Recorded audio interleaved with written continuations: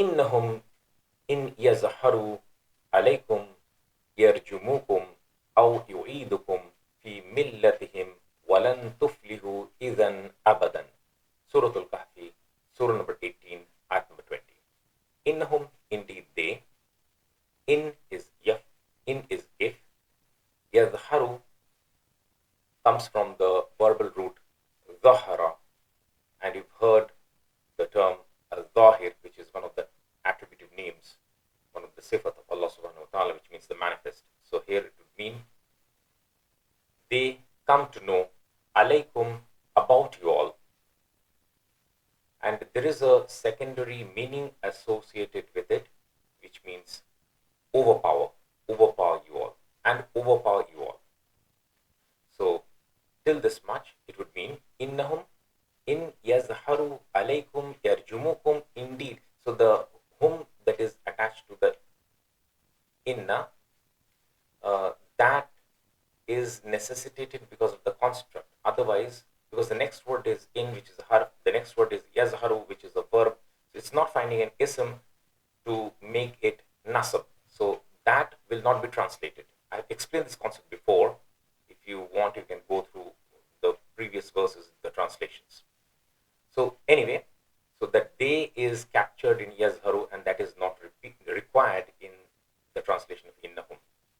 Innahum in yazharu alaykum would mean indeed if they come to know about you all and overpower you. So I have not translated you all again and again. So you in English can represent singular or plural. So I've maintained this in the same, I've maintained this in you, which actually represents you in singular, you in dual, you in plural. You all is not a construct in English anyway. So the first time I've used you all, so that we know that it's talking about you all, because the home and the home, again, the same pattern is repeated. Everywhere you will find the word you, it represents you all, which again is not a construct in the English language anyway. Just to make things clear, I've just mentioned this. Okay. Yarjumukum.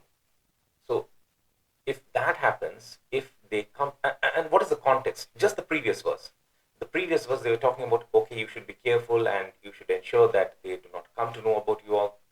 So that is one of the friends was actually talking to the rest of the friends and suggesting one of his friends should go and get some food. They were feeling hungry. So at the back, with that backdrop in mind, if you read this, it becomes very clear. Indeed, if they come to know about you, so if the people, the men or the army of the king, the polytheist oppressive king, so indeed if they come to know about you all and overpower you, what will happen in that case? Yarjumukum. Then something will happen.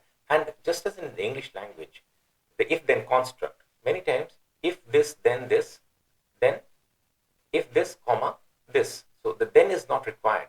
Similarly, in the Arabic language, the then is not required. We understand that construct. So yarjumukum is they will stone to death, and kum is the attached pronoun, so you all. So in English, how do we state that? They will stone you all to death, or they will stone you to death. Or so if they find you, if they come to know about you, if they overpower you, then they will stone you to death. Or what can happen? Or yu'idukum. Yu'idukum is they will, so that they is not required again. They will return, in the sense they will force to return. Kum, attachment, you all. So they will force to return you all. So in English we say they will force you all to return, or they will force you to return. And they is not repeated, so if you read it together, then they will stone you to death or force you to return. Fi millatihi, to their belief system. So millah,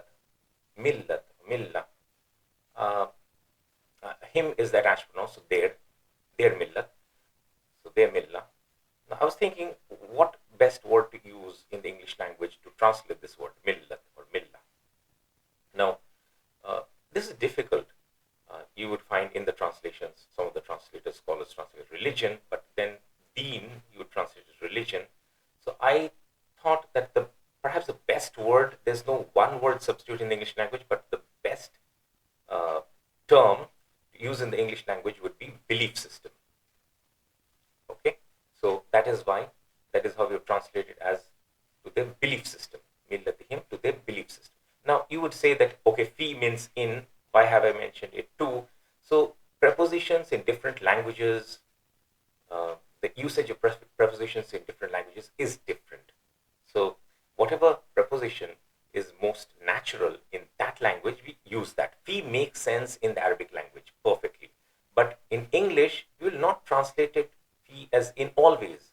Mostly, yeah, I agree, fi means in, but here too fits better. And this is a standard rule. The standard rule is across languages, not just in the case of Arabic to some other language translation. So they will stone you to death or force you to return to their belief system. Wa and lan is no, so we will withhold that translation for a while. Tuflihu is, you can say, you can either say be successful or be successful with an eternal connotation associated, eternal success or eternal success, that connotation. So you could also translate it as something like salvation or receive salvation. So tuflihu is plural, so you all will receive salvation, and lan is there, so you all will not receive salvation. Idhan is then, abadan is ever. And so the lan, can I have explained this, can be translated as no. It can also be translated as never. So in this case, because the emphasis is already there, the better translation would be never. So you will receive salvation, you all will receive salvation, you all will never receive salvation ever. So that connotation is there. And is then. So again, this is an if-then construct where the if is itself missing. It's not required. So, and if that were to happen, then, I mean, if you were to do so, so they will force you to return to the belief system. And if you were to be forced into the belief system, so that if the entire if statement is missing, and if you were to do so, then something, and that if entire if is missing, that's okay. This is understood. So and then. So that's how directly after the word and, the then is coming over here. Though normally if would be expected before and then will be expected later. So that is how it is coming about. And then you will never ever receive salvation. So because the if itself is missing, you can actually, because wa is harf, lan is harf, tuflihu is a verb, idhan, I'm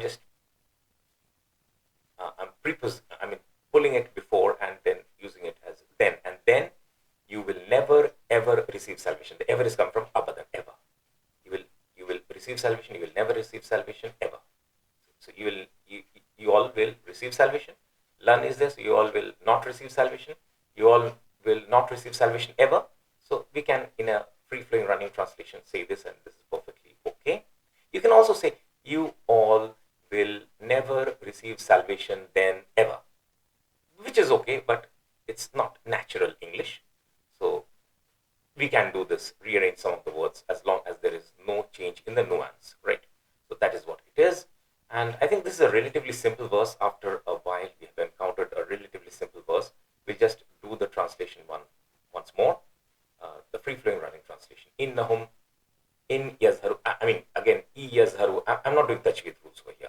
Innahum. There are other places for you to go and learn about that. Okay, I'm breaking it into words so that the grammar comes alive. Innahum in yazharu alaykum yarjumukum aw yu'idukum fi millatihim walan tuflihu idhan abadan.